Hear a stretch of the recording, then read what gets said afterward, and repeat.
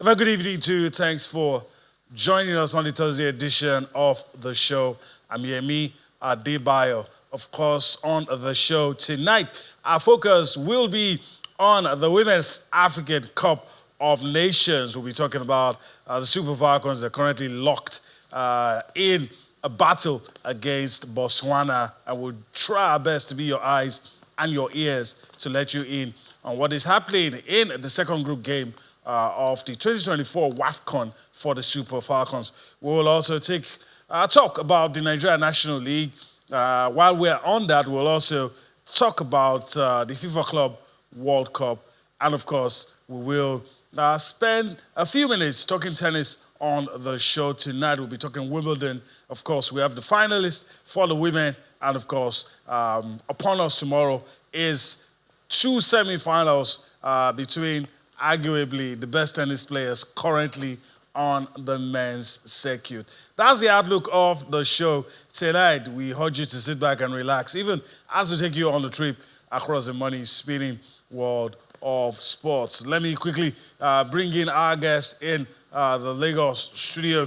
Bolu Amoni joins us now. Bolu, greetings to you. Thanks for being with us this lovely Thursday evening. Yeah, good to be here again. It's been an exciting day, sort of. The FIFA Falcons, though, not so much excitement coming from there yet. And the Wimbledon, surprise result, Arina Sabalenka losing out to Anisimova. But the other one was an easy ride for Igas Johnson. Maybe it's a time to get back another Grand Slam, but it's been an exciting week, starting, especially what we saw in the FIFA Club World Cup. Real Madrid excitement heading into the game. They were crumbled, they were crushed, they were thrashed. But I give you the best team in Europe right now, the Paris Saint-Germain. All right. I don't even think there's any argument about whether or not PSG are the best team. All right. My colleague Osino Konakwan is ready now, seated and ready as we go along on this ride. All the greetings to you, Yemi, and of course, everyone joining us on the show tonight. Always an action-packed world of sports. I cannot believe it that I watched the first half of the Women's Africa Cup of Nations, and it's Nigeria 0, Botswana 0. Like, what's going on? It was getting frustrating, but hey, it's football where anything can happen. Hopefully, the Super Falcons will come into the second half and then turn things around, and put some respect to their names, because we know what it means, and that Mission X that has been activated. So much to talk about. You mentioned what PSG seems to be doing to football in Europe. It's admirable, but you don't want to do all of these things and then get stunned by Chelsea. I love oddity, so I'm looking forward to that final game. And of course, tennis, Wimbledon, and the women's category, I always say it here, I tell people that category is very fluid. It's where anything can happen. We'll talk about it tonight on the show. Yes, we'll do that. But we start from Morocco tonight on the show. Austin has set the ball rolling. The game currently going on, but second half should be starting around this time. Nigeria, Botswana, it's goalless now. But let's quickly go across to the screen and show you the game that has already been played, Bolu. Tunisia, Algeria, goalless. Clears the path for the Super Falcons. Win your game tonight, you've qualified no matter what happens. That's supposed to be great news for the Falcons. Immediately, I was just hoping, I was monitoring the games, no goals. You guys can play all the best football in this world. Just end it like this, goalless. It's when the team score, you now be banking on the other ones to equalize. Just leave it at goalless. And it happened. And that's why I hope Falcons, at this point, I thought it would be a jolly, easy ride, maybe another 3-0 or more. Well, at this rate, I'll manage 1-0. Just pick the 3 points, then secure your bag into the next round. Then we can start talking about winning the title. Although people are talking about X, that's the 10th title. Me, I'm looking at 12th title. That first two they collected is for their cup of tea. We have 11 titles, so I hope that I believe they will still get to score in the second half, come back into the field of play. I'm sure they are back into the field right now, and by the time they settle down, balance themselves, I believe the goal will come. And after picking up 3 points today, they'll just secure the bag into the next round. All right, Bolu has talked about it. Let me give you an official confirmation of that result. Group B, match day 2, Tunisia and Algeria. It was a keenly contested encounter. Both sides wanted to win, and they sized each other up. So even Stevens at the end of it, goalless. And like Bolo said, it's the kind of result if you're a Super Falcons fan, you would say, okay, this is good. It clears the path for us. But only for Botswana to get to the field and in local parlance saying, look, we're going to die here today. And so it seems that's what is happening. But good result. But let me quickly yield to Austin. I also know that we're going to have a robust conversation. So when it's time for that, I'll let Austin do that. But Austin, quickly, your thoughts on this. Even Stevens, but I looking at the game, there was the desire from both sides to pick a win.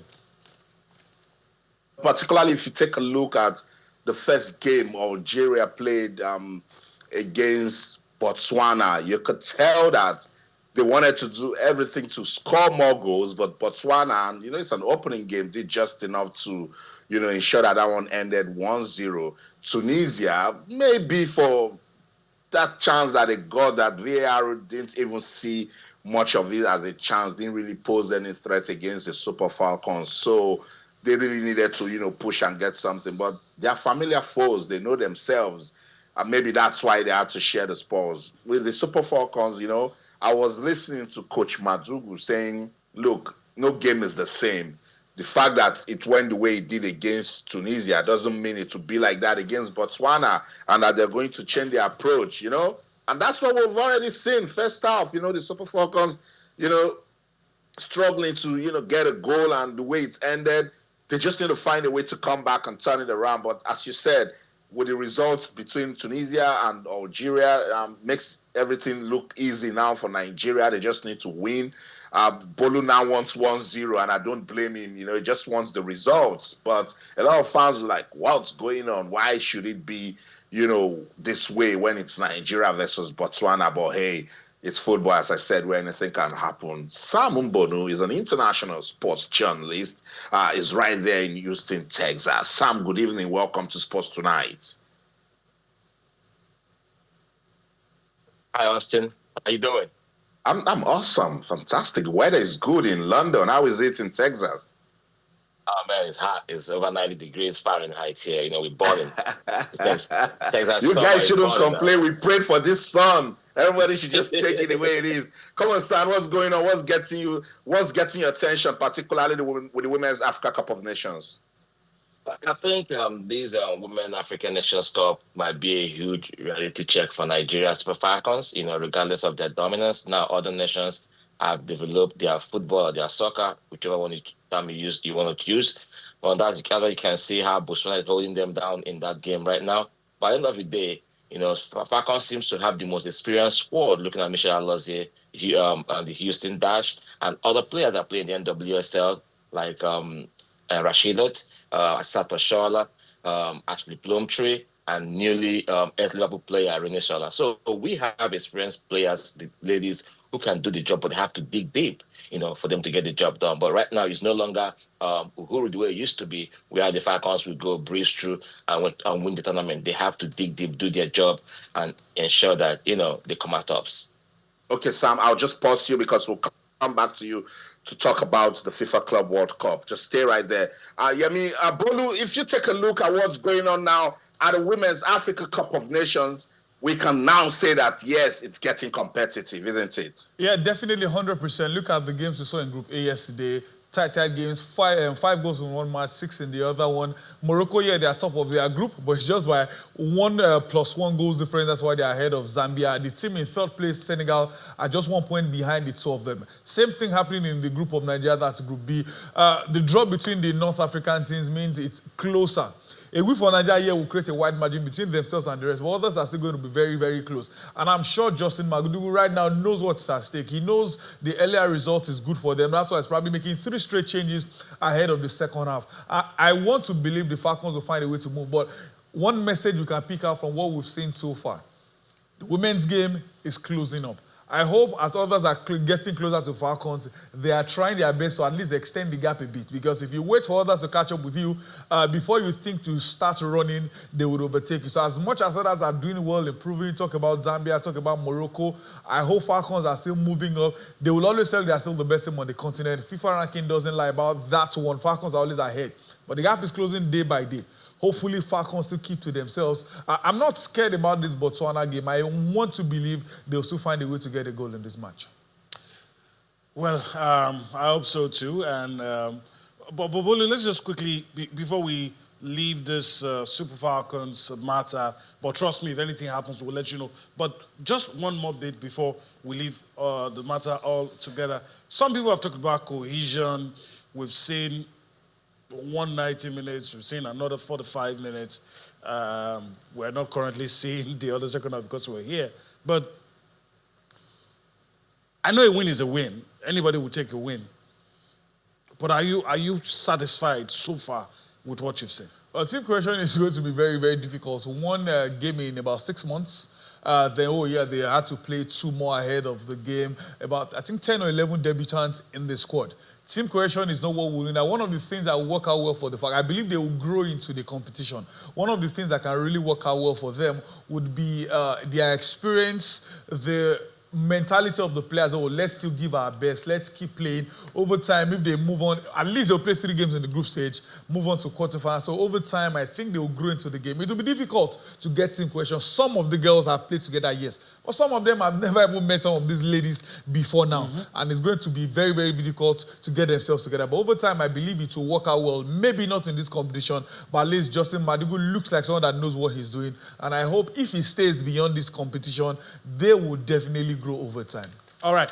Well, I know Sam is still with us, so that I can just bring him into this conversation. Let's switch gears and go to the FIFA Club World Cup quickly. And let me just throw this at you, Sam. I mean, Yemi here from the Lagos studio. PSG Chelsea final. Would the fans be forgiven if everyone is already saying it looks like it's going to go PSG's way? Would they be forgiven if they're thinking like that? Or you've seen something of this Chelsea side that makes you want to tell people, let the game go on first? Hello, Lagos. How you doing? Everybody is on that PSG bandwagon right now. Because if you open social media, the news site, PSG, the odds are in favor of them to win that tournament. If you take your mind back, the FIFA Club World Cup, the format we used to know have always been won by UEFA Champions League winners. But this one is a different format. So for Chelsea to get to this point shows that they are capable of winning this tournament. Both teams lost at the group stage. Botafogo defeated PSG. They scored their goal early in the first half, and they held on despite PSG maintained a very huge number of ball possession. But Botafogo went ahead to hold on and win that game 1-0. Chelsea lost to Flamengo in the group stage also. So those defeats kind of rejigged the team structure, and they saw themselves that we are not invincible. We can still lose games. So I think, just like Akman said in course of this conversation earlier, that he is in for an upset. I'm rooting for the underdog. I think Chelsea is a cup competition. Look at Chelsea run in the Champions League when they won their first, went ahead to win Europa League, won the Conference League, and completed the Grand Slam of UEFA Cup competitions. And for them to go all the way to the finals with Enzo Maresca's team, a position of Joao Pedro, has shown that Chelsea has depth and they can hold on. Their high-line defense, great midfield between Fernandes and Casado, might be able to hold on Vitina and other players of PSG. So everybody's on PSG bandwagon, but I think Chelsea has what it takes to maybe get an early goal, tighten up their defense, control the tempo, even though PSG can maintain ball position and attack them from all angles. But I think Chelsea can stand on their own. I think they can win this game. 2-1, my prediction. Okay, that's a bold one. Let me throw this in before I yield back to my colleague who probably has a few questions to ask you as well. Let's take it from the fans' perspective. I want to get your thoughts. The organizers have somehow, and like Americans do, they have somehow turned this to some form of entertainment, brought a lot of angles to a football game that we probably do not see regularly. But if you're the type that watches all these American sports, you see that. So, is that responsible for the turnout in some of those matches? because a lot of people are wondering why is it that this, there's been some, maybe this revamped tournament, there's a vibe about this tournament that is a bit different. I don't know if it's because of what the organizers did or whatever, but since you're based there, what do you think is responsible for that vibe? I think FIFA tries so hard to sell this tournament to the world. When you look at a lot of players took part in their regular season games, and also played in UEFA Nations League and other national team engagement. The players wanted to have their summer break, and now here comes the expanded version. And people saw it as a money grab, as a money making machine, which for teams to even qualify and appear, they are making millions of dollars. And as they progress in the tournament, they keep, raking in millions of dollars. So now, remember, America is the land of entertainment. They know how to feud sport and entertainment. Look at the NBA games, the NFL, the baseball, and all that.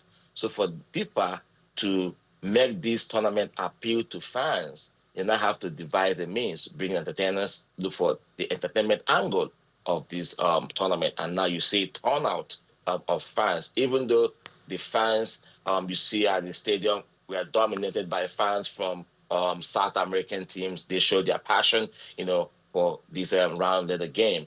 But America found a way to turn it around to make it more entertaining, that fans can come to stadium and enjoy, despite the heat, despite the sun and all that. Fans, troop out to watch this game.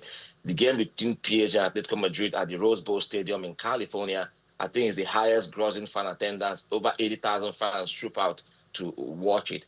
So they have found, a corner to see that fans enjoy the soccer showpiece, which will come to an end on Sunday at the MetLife Stadium. So fans, entertainment, make the FIFA Club World Cup what we're able to see on television. Sam, I was speaking to a colleague in Philadelphia today, and I asked him this. I'm going to ask you the same thing. Do you think this competition would have given us the sparks we really want to see if Inter Miami and Messi were still in it? I think when I went to Atlanta to cover Inter Miami game against FC Porto, for every 10 Inter Miami jersey you see fans wearing, you will see 9 Messi. So we have 3 kinds of fans. We have Messi fans, we have football fans. So had we seen Messi in the finals, I bet you it would be a sold-out MetLife Stadium. His fans will be all over, swarming all over. So, but they don't have what it takes to get this far in the tournament. But the little progression they had at the round of 16, we saw how his fans trooped out to watch it. So Messi commands a huge number of fans. Had it been that Inter Miami got to the finals, then MLS fans, Messi fans, and football fans will fill up MetLife Stadium. And again, there's talks on the streets that this is South American football versus Europe. Have you been impressed with the football? When you look at the former version of the Club World Cup, we all know there's always been UEFA and CONMEBOL. When Liverpool won it, when Chelsea won it, when Real Madrid won it, when Manchester City won it, the only time an African nation had gotten there was TP Mazembe when they found themselves in the finals and they lost. So even this current format, there's only been a game of numbers. UEFA teams have dominated in numbers. That's why at the end of the day, you will see 2 or 3 of UEFA teams in the semis or in the finals. And now we're having all European finals. So it has always been UEFA up against CONMEBOL. We saw Flamengo defeating Chelsea. We saw Botafogo beat PSG. We saw Fluminense Central in Inter Milan. And at the end of the day, they showed that they can hold on their own. And when you look at in every UEFA team you will see 3 or 4 South American players. And when you look at the goal tally of the players that have scored, Brazilian boys have accounted for 30 goals in this FIFA Club World Cup. Argentine players have accounted for 19 goals, and the French boys have accounted for 15 goals. So CONMEBOL teams have shown that they can bring the passion, the intensity. That's Look at right. Boca Juniors and River Plate. Copa Libertadores have been one of the most fiercely contested cup competition in CONMEBOL. I covered the Copa America 2024 and saw how passionate they were at the finals in Miami between Colombia and Argentina. Fans stampede made that tournament, even though they say it's ugly, but I think it made it a beautiful tournament. I agree. They've got crazy passion for football in that region, and that's what they brought to the FIFA Club World Cup. Sam, stay right there. Don't go anywhere. I'll come back to you. It's Sports Tonight on Channels Television. Let's go on this quick break now. By the way, 61st minute at the Women's Africa Cup of Nations, and it's Nigeria 0, Botswana 0. That better change when I come back. Don't go anywhere. Stay.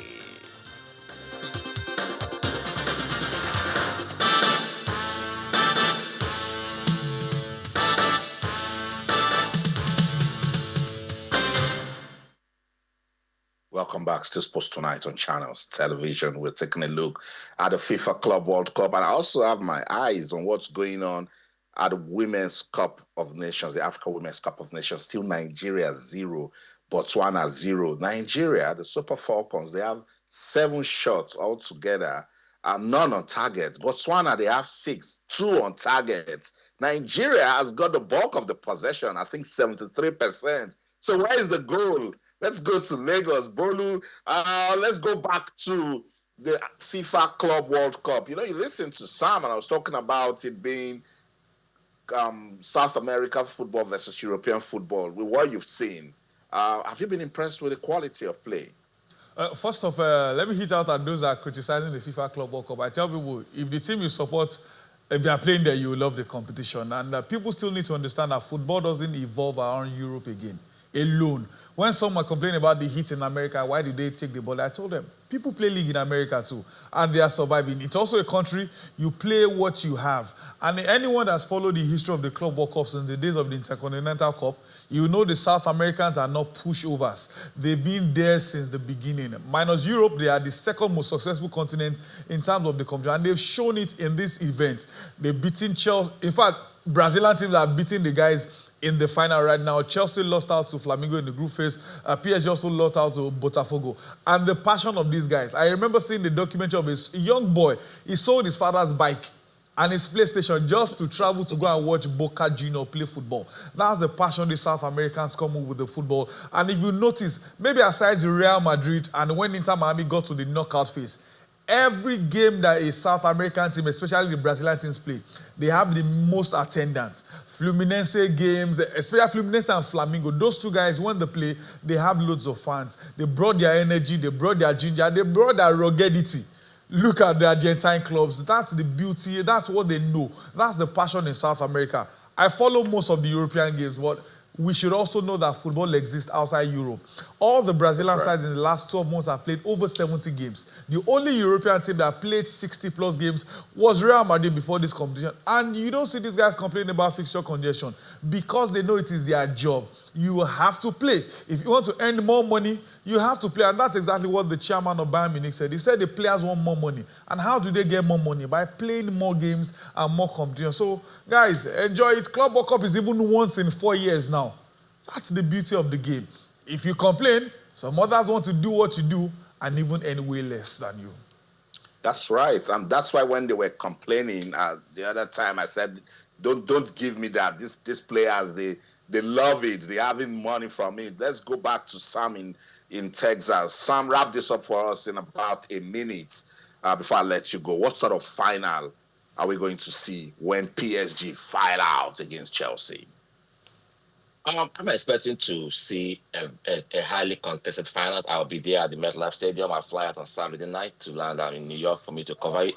But you're going to see a high-tempo midfield clash between Casado, Fernandez. We want to hold it down for Chelsea up against Navas and Fabian Ruiz. That will be a key battleground. What about in the wings? You will see players like James Cucurella will try to attack Hakimi and Mendes. So the attacking trio of Dembele, Kvaratskhelia, and Duo will not go ahead at Palma, Nkuku, and Joao Pedro. We've seen what Joao Pedro can do. He can shoot from all angles. We saw his goal against Fluminense, the first goal, that shot from outside that goal area. So it's going to be a huge game. And talk about the set pieces. Chelsea are good on it, but expect PSG to hold the domination and the ball possession, and expect Chelsea trying to counter them. But then talk about the two goalkeepers, Sanchez and Donnarumma. They will have to also play a huge factor to come out clutch, when they are called upon. So at the end, like I said earlier, I think Chelsea can nick it here because I'm an avid James Hadley chess reader. And there's a novel I read called The Soccer Punch. It says, when a man is too full of himself, he's wide open for a sucker punch. And I think PSG, now they are riding in that high horse, everybody in that bandwagon. And I say Chelsea might sucker punch them to take this coveted trophy. So Chelsea fans, big ups, you're going to enjoy. We'll see. We'll see. Thank you so much, Sam Bonu, for your time on the show. But this PSG, when they see big teams, it's 4-4-4 they give them. We'll wait to see if Chelsea will turn that around. Thank you so much, Sam, for your time on the show. Appreciate that, Austin. Thank you, Channels. All right. Thanks so much. So, look, I don't understand what Luis Enrique has done to this PSG team. I don't know. Can you help me? Do you understand it? I don't as well. And but some of us seem to have forgotten, especially when he was having his troubles, his personal issues, we've forgotten that this was the same guy who, took them to the heights that Pep Guardiola took Barcelona to, after a while, and so we've always known that he had it. I, for one, thought he had lost touch. And one of the best decisions was to allow Kylian Mbappe leave PSG, and some of the things he was trying to do was now glaring to the world. And I don't know. If I can throw in my own opinion, I don't think there's going to be a sucker punch. I really don't think there will be a sucker punch. I don't think PSG is a side that will be complacent. And if we say both teams can score, then let's look at the defense. That's what the problem is. I don't really see that Chelsea defense stopping those guys. I don't see. And PSG is a team that can, the transition is just, they're defending that in no moment they're in your half. Before you know, they've scored. And that's what it is. I don't know if there's going to be the same next season, but this phase, they're on a roll. And with the kind of goalkeeper Chelsea has, but then again, that's why we are here. It's our job. We've seen strange things happen. But if I want to talk as somebody who's watched football, if I want to forget a job for a while and just talk like a football fan that most of us are, if you take a strong and addicted gambler to have the mind to say Chelsea could beat these guys, but then stranger things have happened in sports, it could happen, maybe. But this PSG side have made me proud. They've beaten. There's in football banter, we could always say they didn't beat this one. They mention anybody that you could call a top European team. They've wiped the floor with those guys. So there's really nothing to say. But then again, we'll see what happens on Sunday. We'll wait. We'll see. But I know it's going to be one that will definitely get us talking if it doesn't go the way of PSG. Let's talk about the NNL. Yeah, that's our next sport of call. And I'm going to go to the screen in a few seconds. But Bolu, I also know you're not a gambling person, but the teams that have picked their spots, we'll talk about them. Was there anyone? I think I was with Austin a few days ago, and he talked about what he was. I didn't see coming, but eventually they got up there. But any surprises? I don't think there's any surprise in the NNL based on what we've seen. The truth is, you have to give kudos to the organizers this time around. We criticize them when they don't do well, and I think they deserve the praises this time from the NPFL board to the NNL. But whichever way, we know what the NNL local comes with. They will tell you, just like the English guys will tell you, their second division, that's the championship, is the most important one. It's what breeds what you expect in the new league format. And the fact that we have all these 4 go down, 4 come up, it makes it even more tougher. So I don't think I got any surprise at all. Although it's always interesting whoever comes up. We don't have the likes of Beyond Limits this time around, the likes of the Inter Lagos. It's the traditional teams now that are fighting to get to the top, and I don't think there's any surprise for me. All right, let me just quickly go across. I'll call the names, and I'll look Bolu in the face to tell me if really he ever thought one of these teams will be back. So on day 3, the deciding day, you have Doma United losing to Barao. FC 2-0, Wiki Tories hammering Yobe Desert Stars 4-0. Then, of course, Osun United losing to Kun Khalifat. Warri Wolves defeating Crown FC 2-1. All right, let's see the standings.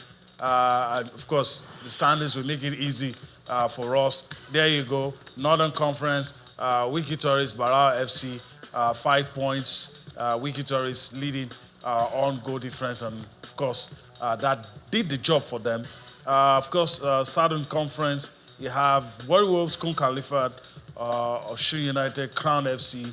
They might experience ones, but weren't able to nick it. And so, on the strength of 2 wins each, Warri Wolves and Kun Khalifat, of course, have been able to get the job done. All right, officially, let's show you the teams that have been promoted. Of course, you already know with what you've just seen. Wiki Tourist, of course, Warri Wolves, Barao FC, Kun Khalifat. You said there was no surprises. No surprise based on history, yes. You think, oh, maybe Yobe Desert Stars and Doma season, but if you followed what they've done all through the regular season, you think, oh, okay. From that angle, yeah, that they deserve to qualify based on performance. And like you mentioned, 2 wins. You just need to do your job, know what you need to do. The surprise would have been if Wiki Tourist and Warri Wolves didn't qualify. They played well all through the regular season, and here it showed in the playoff season. In the women's game, like the NWFL, you know, sometimes you can do well in the regular season and get to the Super Six and things on around. But for the NNL, almost every season, those that are top in the regular season almost always get to qualify for the NPL. As I said, no, so yeah, when you look at this, you think, oh, but we know Doma United, we know Yobe Desert. But it doesn't matter. If you are not the best in regular, it's like what we are saying with PSG. The regular form they went with all through the season still what they are continues with them even in the postseason. So it's in most cases it's not rocket science. It's only a few occasions it happens. Like if you check championship as well, many times it's the team that finished 3rd and 4th that usually win, except a few times you see teams that finish 6th and whatever. So football is mostly a trend. It hardly changes in most cases when you get to the playoff. Let me see if Austin agrees, if it's the same train of thoughts, your thoughts on the teams that will join the top flight. You know, I mean, with promotion football, anything can happen, you know. But I'm glad you remember I mentioned Warri Wolves, that they would do just enough, and they did. But if you take a look at those teams from the north, they're not joking. That's Wiki Tourist right there from Bauchi. That's Barao ST and Kun Khalifat. Would have thought I would have put Doma United in there, you know. I was looking out for Doma United and Warri Wolves, but hey, we know how competitive it is when you go for this sort of tournaments for promotion. Everybody's chasing the same goal, and so it's very difficult to say, oh, this is where it will go or this is how it's going to happen. So congratulations to the 4 teams that have gained promotion. Now it will change to who will stay, because now you've qualified. Are you going to return to where you're coming from, or you're going to show that, yes, you have actually gained promotion to stay? We'll see, Yemi. We'll see. All right, we'll see. All right, let's quickly talk about the Wafu U-20 Cup. Of course, Nigeria, Ghana sliding under the radar. But of course, at the end of the day, it was 1 goal apiece in that game. Some would say the tournament is a good prep for the FIFA Under-20 World Cup. Ghana, Nigeria, 1-1. It ended. Ghana scored first. We picked it up. We scored a goal, and it ended 1-1. So, I mean, it is what it is. You wouldn't want Nigeria to lose to Ghana in any competitive fixture. But I guess a lot of people are more happy that, look, the coach gets the chance to try out a few things, play a few matches, just in case other plans don't work. Well, Sports Tonight, Nigeria won't want to lose to Sports Tonight Ghana. Definitely. It's as crazy as that. But obviously, it's off the field banter in most cases. But you remember a few weeks ago, they won the Wafu B to qualify for the 20 AFCON, then where they secured the World Cup together. So many expect them to also do the same thing. Now, anything other than a win for the Flying Eagles is probably going to be seen as disappointment. Just a few weeks ago, you beat literally the same guys to secure this title. But yeah, Ghana, at least they didn't lose. A win in the next game takes them to the next round. Both of them, the result they will have against Benin will determine who will qualify. Whichever will qualify first, then let's see what happens in December. I still believe the boys can do enough to win. One thing we've seen so far with our Flying Eagles, they've had good preparation. before the last Wafu B, before the under-20 AFCON, they had good preparation. This time around, the same thing. I hope it turns out positive for them. They couldn't win the AFCON. Now they are back to Wafu B. Hopefully, they get to win this one and tell them, yeah, we may not have won that one. We secure World Cup tickets, and now we secure this win again. All right, so we leave it at that. All right, so that's it for the Wafu B. All right, let's go to tennis. That's our next port of call. We'll spend the remaining minutes we have.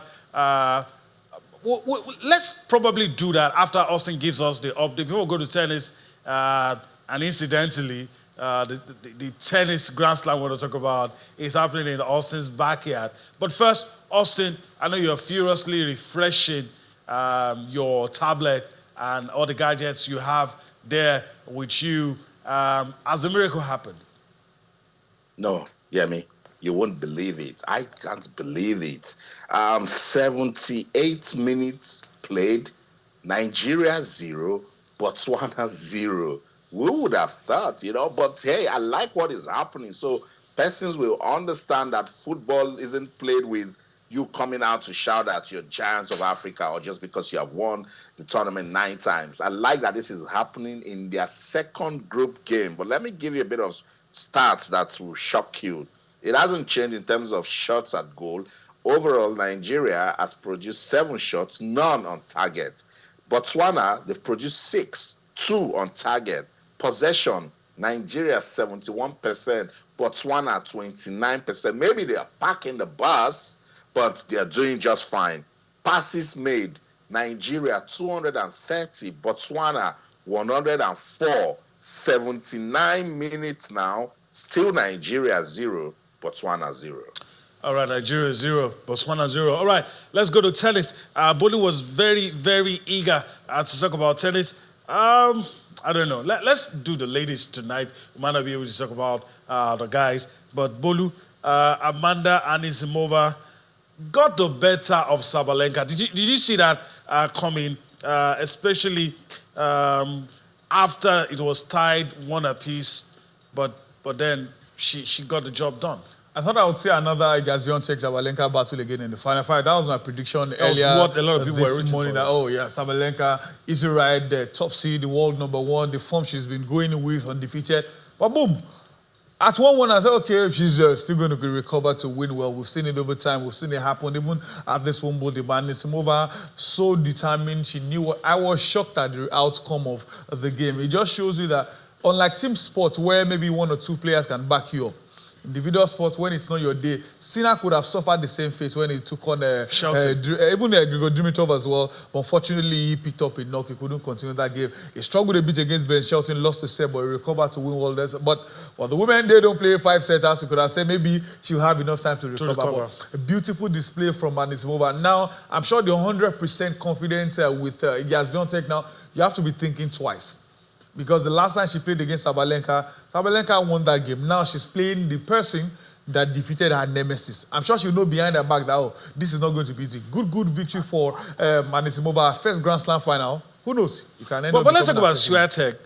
Because you're for the Swiatek fans, you're scaring them, telling them, look, the person who ousted Sabalenka. But Swiatek goes into this final as a hot favorite. She defeated Belinda Bencic 6-2, 6-love. Easy. There was no fight.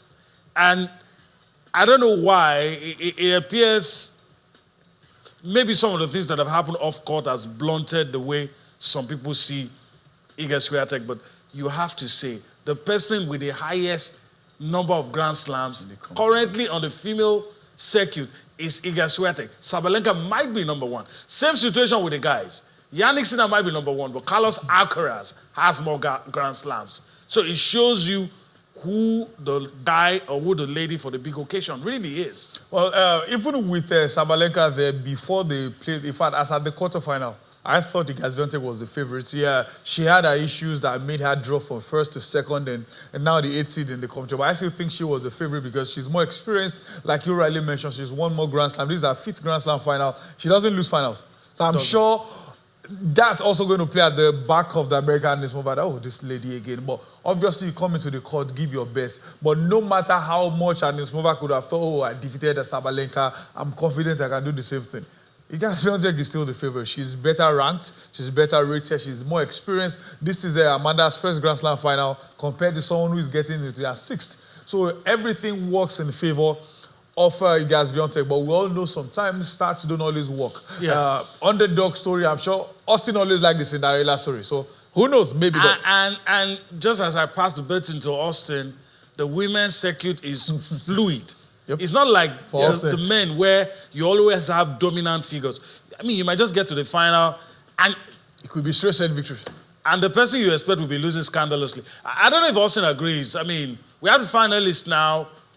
You're not a gambling person though, but who's your money on? Yeah, me. You know, with the women's circuit, I would never, ever, even if I gamble, I would never, because how would you explain Arina Sabalenka losing to Amanda? Amanda was doing her best to avoid thinking about Wimbledon after she failed to qualify for the main draw. Today, she's going to think about playing the final. And then I'll come and put my money that Iga Swiatek will win. No, I would not do that. You know, but I love it so much. You know, I love that the women's tennis gives us something to talk about, and it's a story beyond tennis. It's one that always gives us real life lessons, values. Fall 9 times, get up 10 times. You know, you can't quit. You can't say no. When you're out there, just give your best. And that's the story over and over again. Go look at Coco Gauff's story and how she won the French Open. Go and look at Stevens. Go and look at the women's circuits. They are always giving us motivational stories that goes beyond tennis, you know. And when Madison Keys won the Grand Slam title, I was like, look at how long she has tried to, and then she did it. And now Amanda is in the final. Let's say Iga Swiatek is better. She goes to win, but there's still a life-changing story in what Amanda has done, and that's what I love, and that's what I want to celebrate, and that's what I want sports fans all over the world. When we look at these our sports stars, there are always stories in there that we can use that can turn life around for us, particularly one that says, look, don't let people put their fears on you. When you have a moment to go out there, just shine. All right. I love it so much. Yeah. All right. As we go, quick fire. Bolu, men, Taylor Fritz, Carlos Alcaraz, Yannick Sinner, Novak Djokovic. Which pair in the final? Oh, I'm expecting 1 and 2 in the final for the men. 1 and 2 in the final. Yannick Sinner versus Carlos Alcaraz. You're writing off Djokovic. Then Alcaraz wins it. We've seen Djokovic and Sinner. He never turns out well.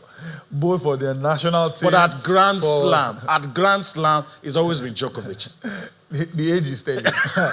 Sinner can. What Djokovic was doing when he was younger is almost the same thing Sinner does now. Doing to people sends now. You messages left, right, center, so much that you check your waist, you check your ankle, you just say, okay, I give up. Djokovic, the OG, everything is still there, but I think I'm expecting the Sinner Alcaraz final. Then the Spaniard winning it.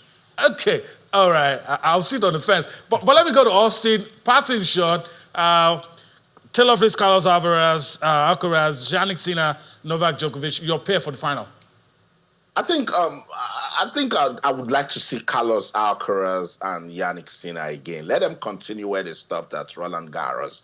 So Novak Djokovic, if he wins it, I mean, no surprise, you know, but it will stop that I really want to see, you know, between Yannick Sinner and Carlos Alcaraz. And Carlos Alcaraz has done just enough to tell us that same way he can compete on clay, he can also do the same on grass. But you can't take it away from Sinner. Taylor Fritz and all he has done so far, what we've been, you know, hearing of him right here in local media, has done just enough with going as far as he did. Let's see if he can do something special. But if you ask me again, my dream finalist would definitely be Carlos Alcaraz and Yannick Sinner. Before I go, let me check on the Super Falcons, see how they are doing. 87 minutes now, Yemi. Gone. Still Botswana 0, Nigeria 0. I don't know what's going on. And still no shot on target for the Super Falcons. Football will humble you. That's the show. In London, I'm Austin Okonakwa, and in everything you do, remember to keep talking sports. Bye for now. All right, this is a wrap here. Well, I want to thank Bolu for his time on the show today. Yeah, so it's a pleasure coming back here. All right, I want to see the defense. I'm not doing that. I want to see 25 for Novak Djokovic. And of course, tomorrow I'll be here. Whether or not it happens, I'll be here to talk about it. That's the show today. We hope that you've enjoyed everything. We'll do this again tomorrow. I'm Yemi Adebayo. Bye-bye now.